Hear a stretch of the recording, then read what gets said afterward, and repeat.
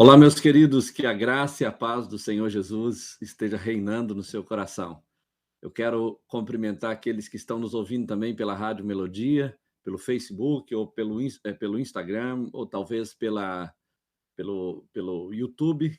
Que Deus possa te abençoar, que Deus possa te encher de graça nessa manhã tão maravilhosa, de adoração, de louvor ao Senhor, e que esse tempo tenha sido realmente um tempo precioso na sua vida, junto com a sua família, junto com os membros da sua casa, e também ouvindo a palavra de Deus, que é o que vamos começar a fazer nesse momento. Eu tenho a alegria de poder estar ministrando a você aqui dos Estados Unidos, por meio desse sistema que nos permite estreitar ou encurtar essa distância. Eu louvo a Deus pela oportunidade de poder falar ao seu coração daqui da minha casa por meio dessa tecnologia. E o meu desejo é que nesta manhã a palavra de Deus possa tocar o seu coração e possa te servir de instrumento, de meio de fortalecimento para a sua caminhada nesse tempo de crise, nesse tempo de luta que estamos enfrentando aqui nos Estados Unidos e aí no Brasil e em tantos outros lugares. Eu quero te convidar, antes de abrirmos a Bíblia, eu quero te convidar para fazer uma declaração comigo. Essa declaração é bem parecida com aquelas conhecidas, aquele jargão, há uma luz no fim do túnel, mas a declaração de hoje é o que nós vamos ministrar, há luz no fim do túnel. Não há uma luz, há luz. O artigo não é indefinido. Há luz, existe luz no fim do túnel, e é sobre isso que eu quero ministrar nessa manhã. Abra sua Bíblia comigo no livro de Gênesis, no capítulo de número 26, nós vamos ler nessa manhã. Você vai ter esse texto aí na sua tela. Se você não está acompanhando pela internet, se é pelo rádio, então você precisa realmente abrir a sua Bíblia.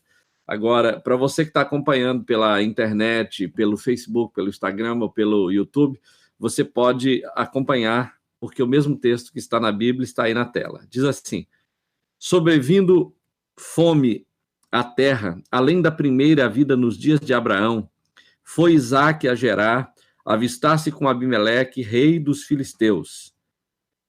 Apareceu-lhe o Senhor e disse: não desças ao Egito, fica aqui, fica na terra que eu te disser, habita nela, eu serei contigo e te abençoarei, porque a ti e a tua descendência darei todas essas terras e confirmarei o juramento que fiz a Abraão teu pai. Multiplicarei a tua descendência como as estrelas dos céus e lhe darei todas estas terras. Na tua descendência serão benditas todas as nações da terra, porque Abraão obedeceu a minha palavra e guardou os meus mandamentos, os meus preceitos e os meus estatutos e as minhas leis. Isaque, pois, ficou em Gerar. Perguntou-lhe os homens daquele lugar a respeito da sua mulher, e disse: é minha irmã, pois temia dizer, é minha mulher, para que, dizia ele consigo, os homens do lugar não me matem por amor a Rebeca, porque era formosa de aparência. Tendo Isaque permanecido ali por muito tempo, Abimeleque, rei dos filisteus, olhando da janela, viu que Isaque acariciava Rebeca, sua mulher. Então Abimeleque chamou a Isaque e lhe disse: é evidente que ela é tua esposa. Como, pois, disseste é minha irmã? Respondeu-lhe Isaque: porque eu dizia, para que não morra por causa dela. Disse Abimeleque: que é isto que nos fizeste?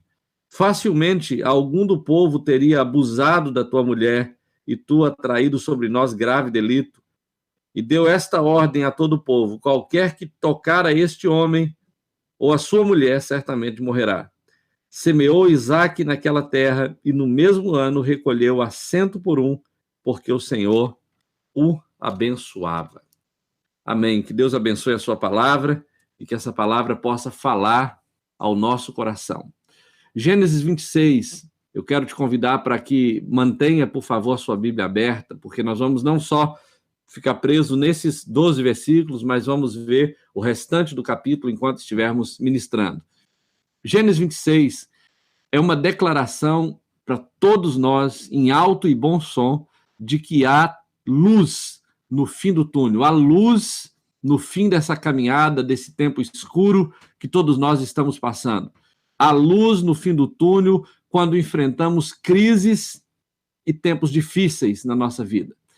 Se você quiser dar uma olhada nesse capítulo de relance, apenas para você ter um vislumbre do que esse capítulo está dizendo, no versículo de 1 a 5, Deus dá direção a Isaac para ir à terra dos filisteus ao invés de descer o Egito. Depois, nos versículos de 6 a 7, Isaac mente sobre a sua esposa, dizendo que ela não era a sua esposa, sua mulher, mas a sua irmã. E mostra para todos nós que até mesmo os homens de Deus, em certas circunstâncias de aperto e dificuldade, passam por momentos de crise, momentos de até crise existencial, crise teológica, e muitas vezes eles falham na caminhada. O versículo de 8 a 16, Abimeleque descobre a verdade sobre a mentira de Isaac quando ele percebe que Isaac estava acariciando a sua esposa. A versão King James diz que ele estava brincando com a sua esposa. Certamente ele estava brincando aquelas brincadeiras de casais, né, beijando, abraçando, fazendo algum carinho nela de forma pública, e alguém percebeu que ninguém faz isso com uma irmã, e por isso ele disse, ela é sua mulher, não é sua irmã. Depois, nos versículos de 23 a 25, o Senhor aparece a Isaac em sonho e confirma a aliança que ele havia feito com Abraão, seu pai, anos passados, e dizendo, olha, essa aliança que eu fiz com ele, ela também permanece com você, sobre a sua vida, sobre a sua família. 6 a 33, os líderes filisteus vêm até a casa de Isaac, até a tenda de Isaac, e fazem aliança com ele, dizendo, olha, Deus tem te abençoado e nós queremos ter paz com você, porque hoje você é mais poderoso do que nós somos. Então, Isaac, na verdade, protagoniza a história de todos nós, aquilo que todos nós vivemos, aquilo que todos nós experimentamos. A gente percebe nesse capítulo 26 que Isaac está protagonizando a mesma história que nós vivemos. É claro que, dado as devidas proporções e as circunstâncias diferentes em alguns aspectos, mas ele, como homem de Deus, como ser humano, passando por crises e dificuldades, como todos nós passamos, e tendo que praticar a fé que ele um dia recebeu, que ele um dia conheceu por meio do seu pai, Abraão, precisou viver essa experiência de andar por fé num tempo de crise, num tempo de dificuldade. Todos nós enfrentamos crises e precisamos sair delas, assim como Isaac enfrentou crises e precisou sair delas. O resultado, normalmente, é medido por dois fatores determinantes que nós encontramos na vida de Isaac. Você vai ver nessa tela dois fatores essenciais, que é quem nós ouvimos e como nós ouvimos. Esses dois fatores, quem nós ouvimos e como nós ouvimos, na verdade, são essenciais na nossa caminhada. Isaac ouviu a Deus, ele escutou a voz de Deus. Isso é quem ele ouviu no tempo de crise. E como nós ouvimos? Isaac não apenas escutou o que Deus estava dizendo, mas Isaac fez exatamente aquilo que Deus lhe havia mandado. Então, quem nós ouvimos e como nós ouvimos é essencial nos tempos de crise. E hoje eu quero te falar sobre três grandes verdades, três poderosas verdades que podem realmente nos sustentar nesse tempo de crise e que nós podemos aprender com Isaac nessa história que nós estamos lendo no capítulo 26 de Gênesis. A primeira grande verdade que eu quero trazer a você, que eu aprendo nessa história, é que a história é cíclica, mas o propósito de Deus é linear. Lembre disso, a história é cíclica, mas o propósito de Deus é linear. Quando eu digo que a história é cíclica, você vai perceber que muitas coisas se repetem na nossa vida. Muitas coisas se repetem na história. Você percebe, por exemplo, que a fome que Isaac enfrentou, o pai dele tinha enfrentado e outras pessoas tinham enfrentado. Na verdade, a história é cíclica, mas o propósito de Deus é linear. Deus está conduzindo a humanidade para um destino final. Deus está no controle da história, apesar de nós vermos na prática que muitas coisas se repetem, muitas coisas acontecem repetidamente, assim como já aconteceram no passado. Mas se nós olharmos através do que a Bíblia diz, nós vamos perceber que Deus está conduzindo a história numa linha reta. Ele está indo do início para o final para cumprir o propósito que ele já desenhou para nós. Então, você vai perceber, ao longo dessa palavra, como Deus está no controle da história, como Deus está realmente conduzindo a nossa história. Tem um mapa que mostra Isaac indo em direção a essa região de Gerar. Ele estava na cidade de Berseba, certamente em torno de 27 quilômetros, 27,7 quilômetros de distância de Berseba a Gerar. O lugar que ele estava não é um lugar muito fácil de identificar nos mapas hoje, mas a cidade de Berseba é uma cidade conhecida, e ele sai da cidade de Berseba. Você vai perceber nesse mapa menor, onde está um zoom, você vai perceber que há um quadro amarelo mostrando a cidade de Berseba e a cidade de Gerar. Ele sai da região onde o seu pai lhe havia deixado e vai para a região dos filisteus, na cidade de Gerar, e ali ele fica em obediência à ordem de Deus.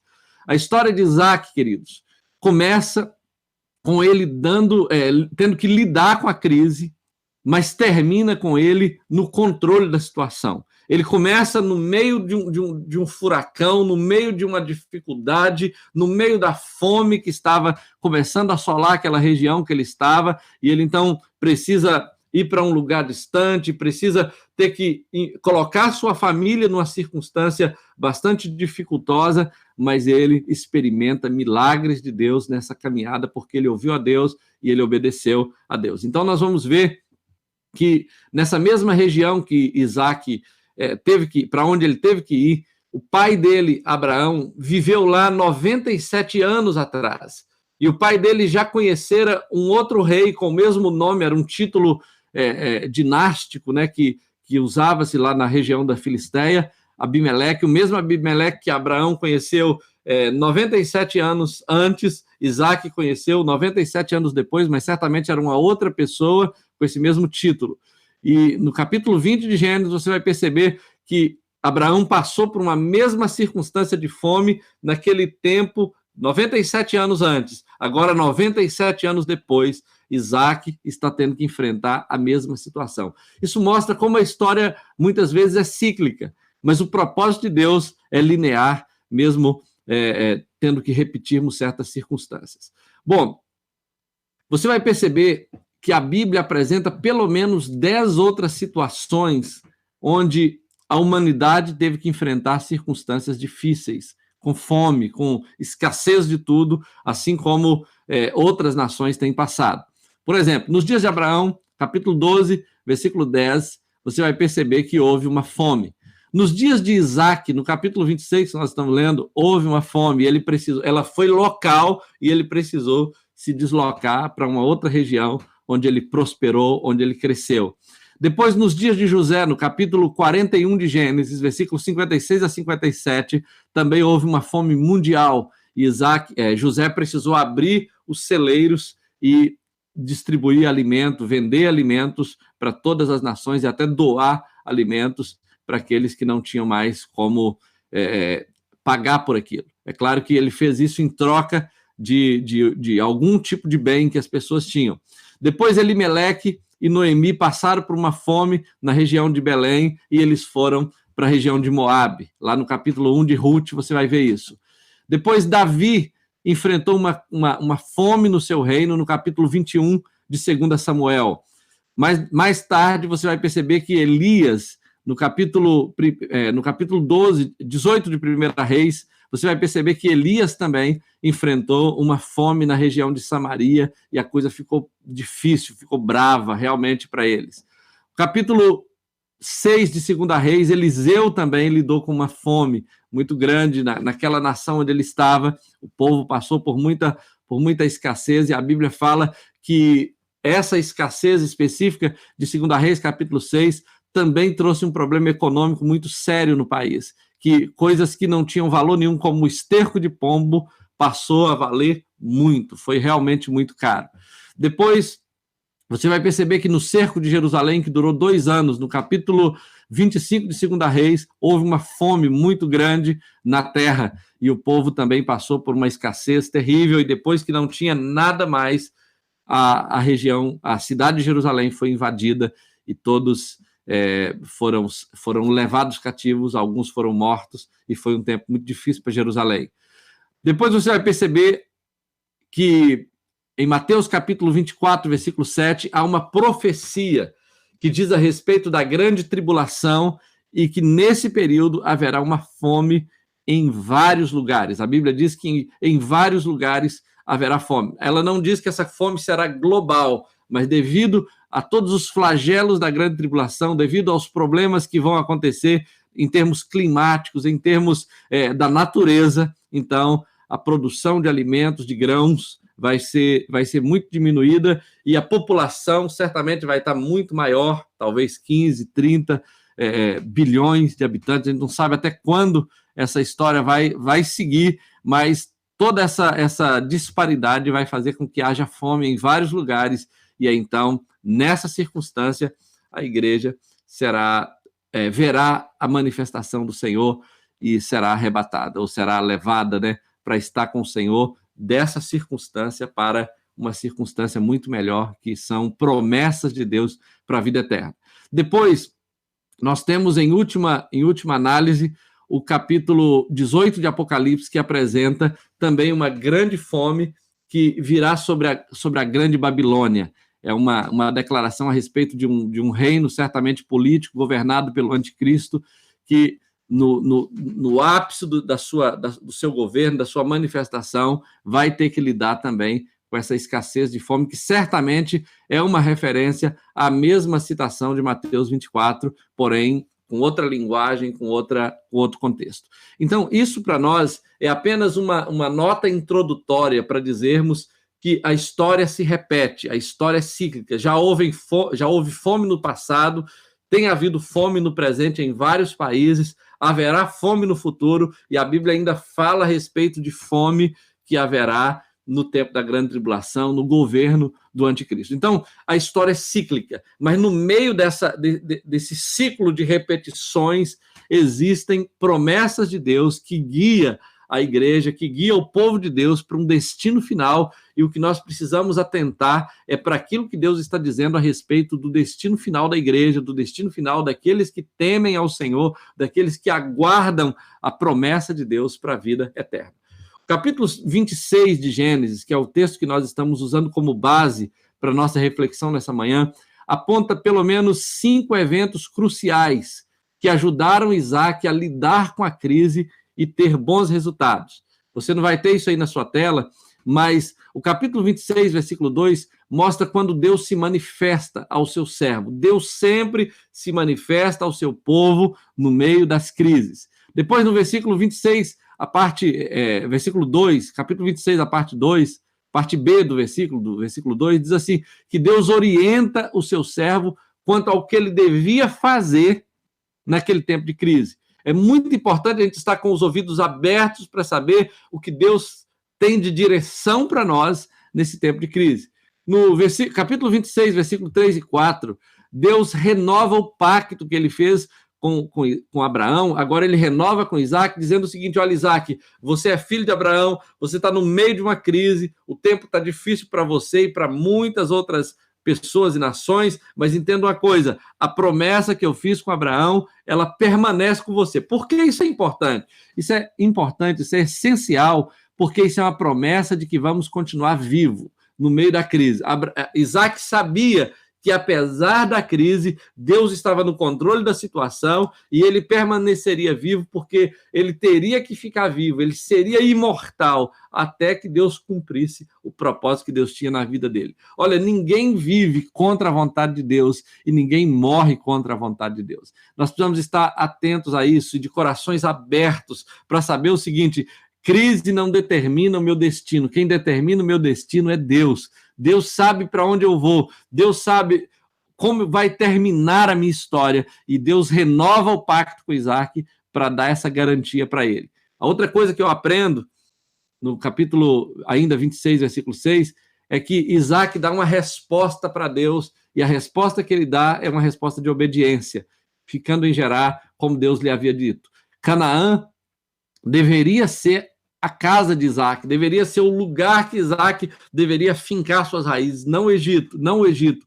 E por isso Deus fala com com Isaac, olha, fica em Gerar, não vá para o Egito, não fica no Egito. Então, nesse tempo de crise, nós devemos saber onde devemos ficar, o que devemos fazer, qual é o propósito de Deus.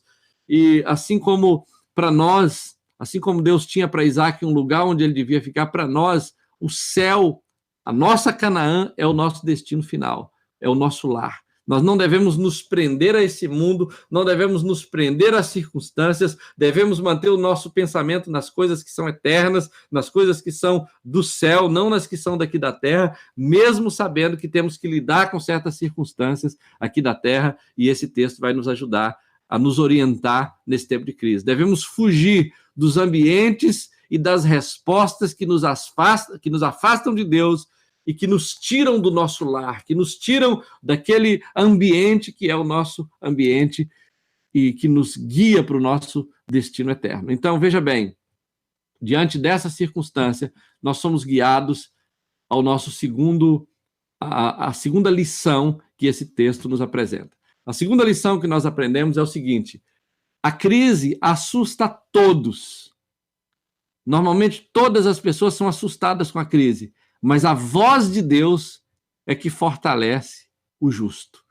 Veja bem, essa próxima tela que você vai ver fala de crises globais com doenças infecciosas que emergem e reemergem frequentemente no mundo.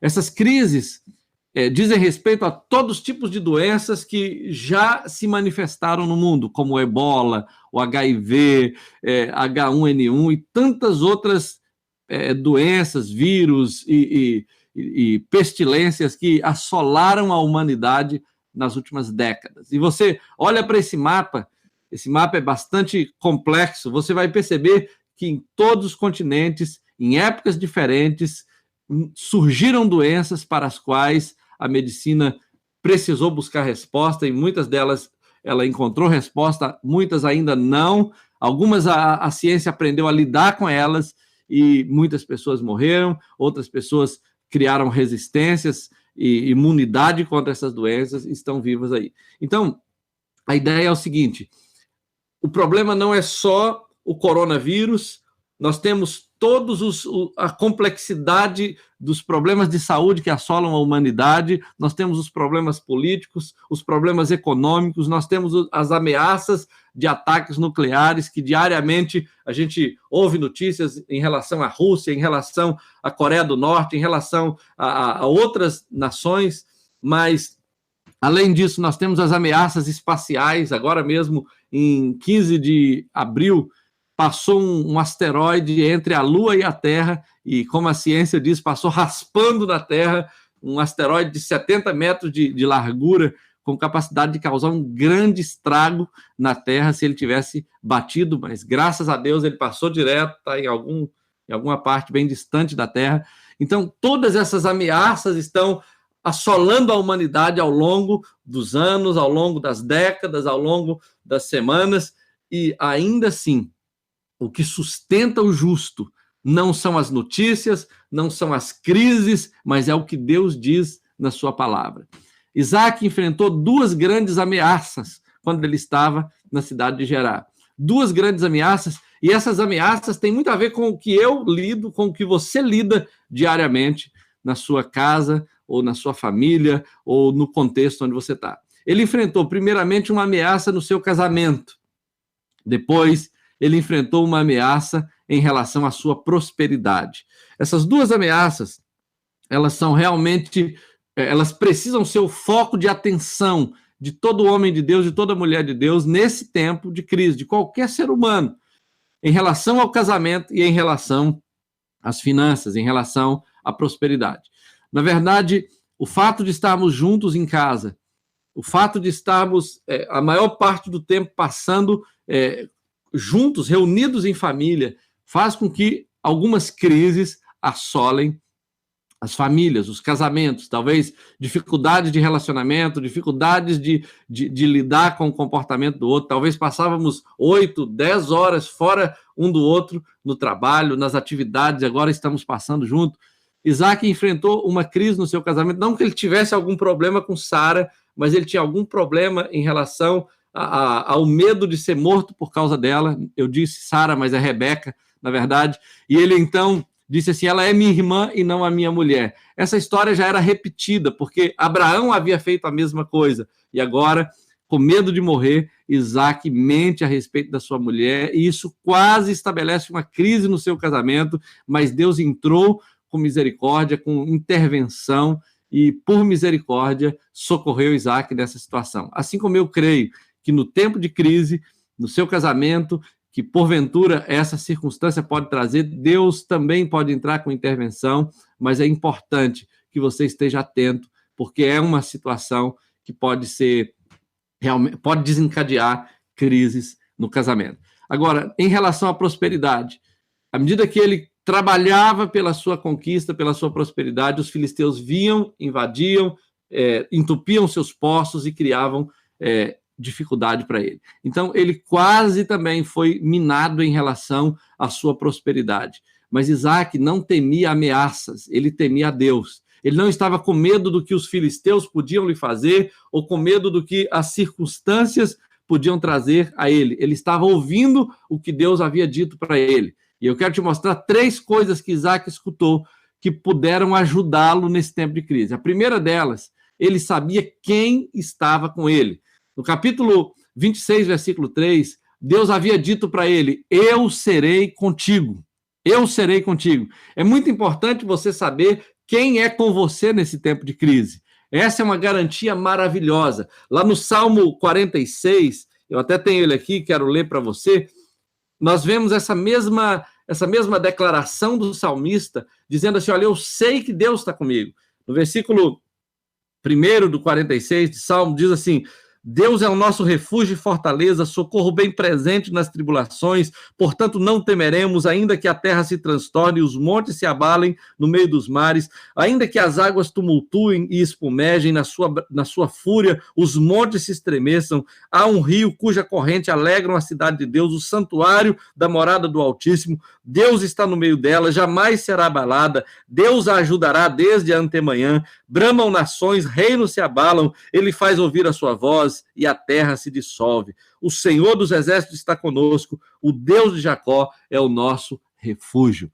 Olha que declaração tremenda, maravilhosa, que garantia maravilhosa. Eu sei quem está comigo, o Senhor dos exércitos está conosco, o Deus de Jacó é o nosso refúgio. Esse tipo de declaração é o tipo de declaração que eu preciso fazer num tempo de crise, num tempo de circunstância adversa. Isaac sabia quem estava com ele, porque Deus havia dito, olha, fique em Gerar, porque eu serei contigo. Saiba de uma coisa, nesse tempo de crise, Deus é com você. Deus não te abandona no tempo de crise. Deus não vira as costas para você num tempo de crise. Deus é um socorro presente na hora da angústia. No Salmo 23, versículo 4, diz assim, olha, eu não temerei mal algum, porque tu estás comigo. Esse tipo de garantia que a presença de Deus nos dá, nos faz ficar de pé no meio de uma circunstância adversa. A segunda coisa que Isaac também sabia é que ele estava debaixo de um decreto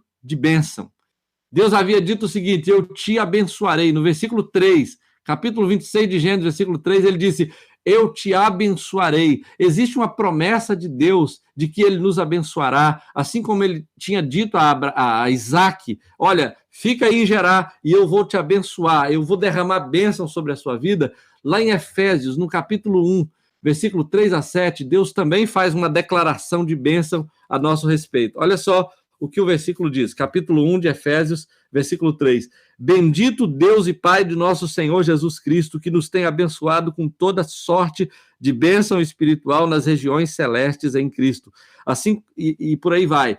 Esse texto é maravilhoso, esse texto é tremendo, porque Deus não diz que vai nos abençoar no futuro. Ele está dizendo que ele já nos abençoou no passado. Não só no passado, em relação aos anos da nossa existência, ele nos abençoou antes da fundação do mundo. Já existe um decreto de Deus de nos abençoar com toda sorte de bênção e nos escolher antes da fundação do mundo. Então, deixa eu te dizer uma coisa, guarde isso no seu coração. Muito antes de qualquer crise assolar a sua vida, Deus já tinha derramado, liberado um decreto de bênção sobre você. você já foi abençoado antes da fundação do mundo. É isso que o apóstolo Paulo disse lá em Filipenses 4, olha, eu posso todas as coisas naquele que me fortalece. Essa declaração não é isolada de sofrimento. Na verdade, ele estava dizendo nos versículos anteriores, olha, eu sei ser humilhado, eu sei ser exaltado, eu sei ter abundância, eu sei passar por escassez,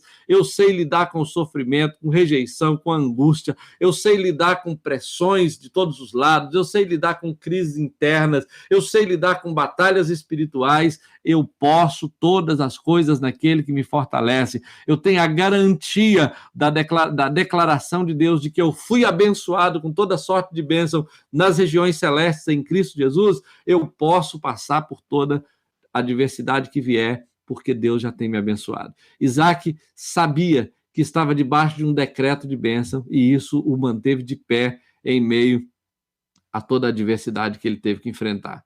A outra coisa que eu aprendo com Isaac é que ele tinha a garantia da posse da terra que ele estava. Ele diz, o Senhor havia dito no versículo 3 ainda, do capítulo 26 de Gênesis, diz o seguinte, a tua descendência darei todas essas terras. Isaac tinha uma promessa de bênção física. Para ele, Deus estava dizendo o seguinte, olha, toda essa geografia na qual você está pisando é sua. Você vai herdar isso. Eu prometi a seu pai e ele morreu vendo essa promessa se cumprir e você vai viver a realização dessa promessa. Essa promessa que Isaac recebeu não é diferente da promessa que nós temos também em relação à terra que o Senhor preparou para nós. Lá em Hebreus, no capítulo 11, há uma declaração de Deus a respeito dos heróis da fé. E Deus vai mostrando todos aqueles heróis, como eles eram pessoas cheias de fé, ousadas, lidaram com circunstâncias difíceis e honraram a fé. Algumas vezes eles foram honrados pela fé. Mas entenda uma coisa, no meio de tudo aquilo, Deus faz uma declaração nos últimos 2 versículos, 39 e 40, dizendo o seguinte, ora, todos estes que obtiveram bom testemunho por sua fé, não obtiveram, contudo, a concretização da promessa. Por que isso? Porque, na verdade, Deus tinha uma promessa para eles, não apenas física. Toda aquela declaração de Deus a respeito das promessas físicas vinham acompanhada de uma promessa espiritual. E Deus diz que eles não obtiveram a concretização da promessa por haver Deus provido coisa superior a nosso respeito para que eles, sem nós, não fossem aperfeiçoados. Na verdade, Deus tinha uma promessa superior que eles não viram, e essa promessa se cumpriu com a manifestação de Cristo e a declaração de que a terra, na verdade, que Deus tinha para todos os filhos dele, não eram apenas terras físicas, mas eram terras eternas, eram terras celestiais. Então, eles puderam, ao morrer, crerem e enxergarem que, na verdade, o que eles experimentaram era inferior ao que nós experimentaríamos, porque nós teríamos a revelação completa. Enquanto eles viveram com a sombra daquilo que seria revelado no futuro, nós vivemos com a realidade daquilo que eles viram apenas como sombra. Isso é realmente algo maravilhoso. Deus tem coisa superior para nós. A crise não pode nos paralisar. A crise não pode determinar o nosso destino. Quem determina o nosso destino é Deus. Agora, em terceiro e último lugar, a dúvida sempre espera o pior. Isso é o que nós aprendemos nesse texto. A dúvida sempre espera o pior, mas para um coração cheio de fé, todo tempo é propício, todo tempo é oportuno, todo tempo é ideal. Então a dúvida sempre vai esperar o pior, mas para um coração cheio de fé, todo tempo é propício. Vamos ver, nessa última parte desse texto, 6 decisões que Isaac tomou durante a crise e que nos são muito instrutivas nesse tempo de crise, nesse tempo de adversidade. Veja bem, a primeira decisão que Isaac tomou, a primeira decisão que Isaac tomou foi de obedecer. Em tempo de crise, nós precisamos ser obedientes. Nós precisamos entender o valor da obediência. Eu estava ouvindo uma frase de uma pessoa que não crê nas escrituras, não crê no evangelho. Ele estava dizendo o seguinte, que na verdade você tem que obedecer sua cabeça, você tem que obedecer seu intestino, você tem que obedecer seu coração, mas nunca obedeça uma ordem. Essa era a declaração dele. Mas nós vamos ver no capítulo 26, versículo 6 de Gênesis, que Deus falou assim, fica em Gerar, e Isaac ficou em Gerar em obediência a uma ordem de Deus. C.S. Lewis disse o seguinte, a obediência é a estrada para a liberdade. A obediência é a estrada para a liberdade. Quando você entende o valor da obediência, você descobre realmente um caminho de liberdade, de crescimento, de conquista. Dietrich Bonhoeffer, ele disse, esses dois homens são homens realmente impressionantes na história. E ele disse o seguinte, só aquele que acredita é obediente e só aquele que obedece acredita. Por alguma razão, a fé e a obediência trabalham muito juntas. A fé e a obediência, na verdade, caminham junto. Quando você obedece, você crê. Quando você crê, você obedece. Você entende o valor de obedecer. Então, Isaac obedeceu a Deus. Ele não sabia quando ele obedecia, quando ele estava obedecendo, o que viria depois. Muitas vezes a obediência não dá para nós as respostas completas do que vem depois, mas a obediência tem recompensa. A bênção sempre vem pela obediência. A outra coisa que Isaac fez, a segunda decisão que ele tomou, a Bíblia fala no capítulo 26 que ele semeou. Capítulo 26 de Gênesis, versículo 2, que ele semeou naquela terra. Olha só o que o versículo diz. Capítulo 26, versículo 12. Semeou Isaac naquela terra e no mesmo ano recolheu a 100 por 1, porque o Senhor o abençoava. A fé de Isaac, a fé que Isaac mostra, era uma fé sacrificial, uma fé que semeia em tempo de escassez, em tempo de fome, em tempo de circunstância adversa. Deixa eu te dizer uma coisa. De acordo com Gálatas, capítulo 6, versículo 7, semear é um princípio. De Deus não se zomba. Tudo que o homem plantar, isso também ele ceifará. Tudo que o homem plantar, isso ele ceifará. Então, semear é um princípio. Semeadura é um princípio. E existem muitos tipos de semeadura. Semeadura não tem a ver só com dinheiro, com o que você dá, o que você contribui, que você manda para alguma instituição, que você dá para ajudar alguma pessoa que está passando por situação de pobreza, de fome, sede, escassez. Na verdade, tem muitos tipos de semeaduras que podemos fazer em tempos normais e em tempos de crise. Por exemplo, tem pessoas que semeiam amor, tem pessoas que semeiam ajuda, ela divide o que ela tem para ajudar pessoas que estão passando necessidade. Tem pessoas que são doadoras, estão sempre semeando, doam roupa, doam tempo, doam conhecimento. Tem pessoas que gostam de servir, de ajudar, de trabalhar. Tem pessoas que dão atenção àqueles que precisam de atenção. Então, a semeadura é um princípio. Isaac semeou no tempo de seca, de escassez, de fome, e ele colheu a 100 por 1. Tudo que você semear nesse tempo de crise, você vai colher. Então aprenda isso. Se você está em casa, passando por circunstâncias difíceis e semear o ódio, semear a contenda, você vai colher as consequências disso. Então semeia amor, semeia serviço, semeia ajuda, semeia atenção, semeia tudo de bom que você puder semear. Se você tem dinheiro, contribua com as necessidades daqueles que precisam, contribua com a obra do Senhor e você vai ter colheitas, porque a semeadura traz colheitas. A outra coisa que Isaac fez, a outra decisão que ele tomou, de acordo com o versículo 26, a partir do versículo 15, capítulo 26, versículo 15, ele abriu poços. Isaac tinha uma fé inteligente. E deixa eu te dizer uma coisa, só cava poços quem planta sementes e possui rebanhos, ou seja, só trabalha, só corre atrás, sem busca, só busca crescer e conquistar pessoas realmente que têm visão e propósito. Isaac era uma pessoa que não apenas tinha fé, ele tinha fé inteligente. E aquela coisa, em tempos de crise, quando ninguém pode trabalhar, ninguém pode sair de casa, ninguém pode ganhar dinheiro, muitas pessoas veem isso como o fim da picada, né? Vê isso como uma estrada sem saída. Outras pessoas estão encontrando meios de prosperar, meios de sobreviver nesse tempo de crise. Então, peça a Deus direção, peça a Deus orientação, observa as circunstâncias. Tem gente até fazendo máscara para vender no Brasil e ganhando dinheiro com isso. Então, nesses tempos de circunstância adversa, nesse tempo de dificuldade, preste atenção nas oportunidades que Deus está te dando para que você realmente prospere, para que você sobreviva nesse tempo de crise, porque em toda circunstância difícil, Deus tem escape, Deus tem provisão, Deus tem milagres, Deus tem oportunidades que podem realmente te dar recursos nesse tempo de dificuldade. Agora, a quarta coisa que Isaac fez, ele manteve o foco.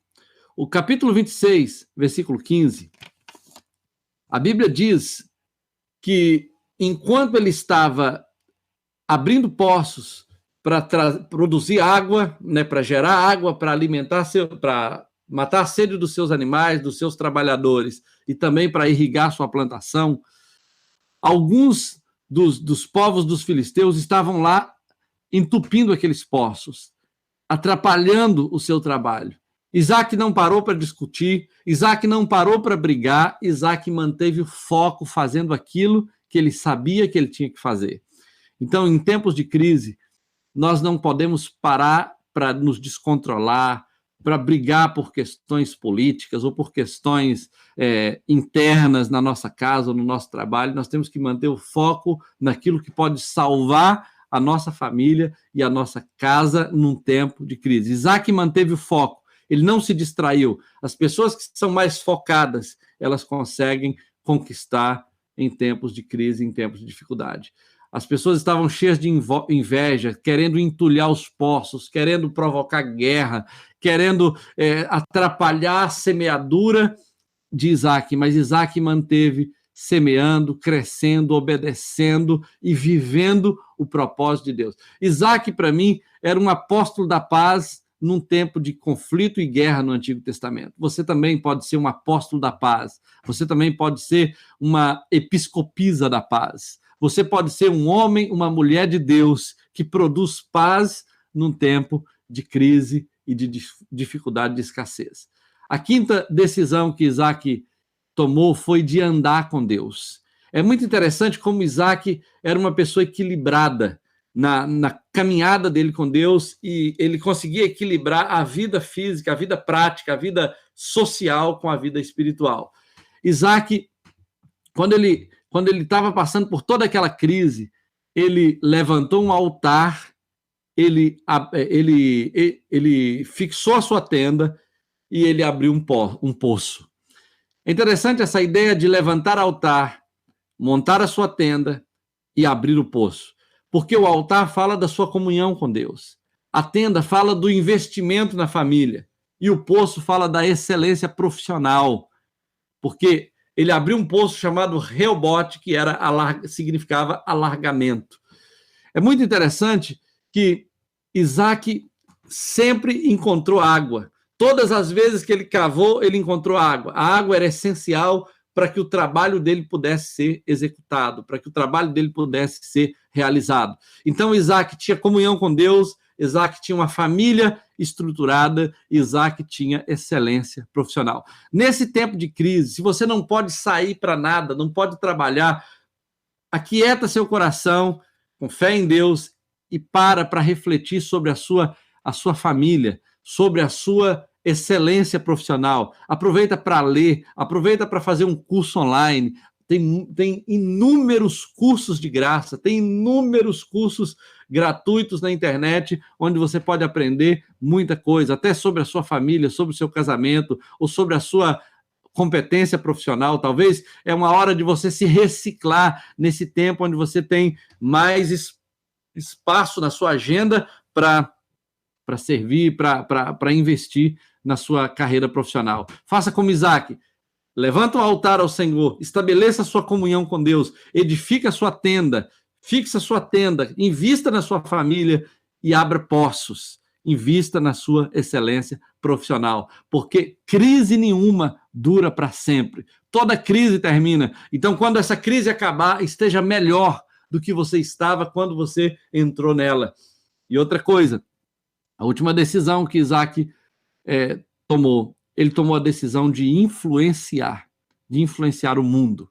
Ele não estava ali por acaso. Homem de Deus e mulher de Deus sabe que ele não está na terra por acaso. A Bíblia fala que depois que essa circunstância toda passou, Abimeleque, junto com os seus oficiais, vieram até a tenda de Isaac e disseram o seguinte: olha, nós temos visto que Deus é com você. Versículo 26 a 31 diz isso. Nós temos visto que Deus está com você. Nós temos visto como Deus está te abençoando. Nós vimos como você tem prosperado, como você está crescendo. O seu sucesso está nos mostrando o quanto Deus está com você. E ao declararem isso, eles disseram: faça paz com nós, dizendo que você não vai nos prejudicar, assim como nós não te prejudicamos. Então, deixa eu te dizer uma coisa: Isaac não estava ali na terra por acaso. Isaac estava ali para influenciar, ele estava ali para mostrar a glória de Deus, ele estava naquela crise para dizer: olha, existe um Deus no céu que governa a circunstância, existe um Deus no meu coração que dirige a minha vida, existe um Deus na minha casa que abençoa a minha família, existe um Deus no meu lar que conduz a minha história. Então saiba disso, eu não sou vítima da história, é o que Isaac estava dizendo, eu não sou vítima da circunstância, na verdade, eu estou dentro de um projeto de Deus. Deus está conduzindo a minha história e ele vai ser glorificado na minha vida, apesar dessa crise. Então, querido, deixa eu te dizer as minhas últimas declarações.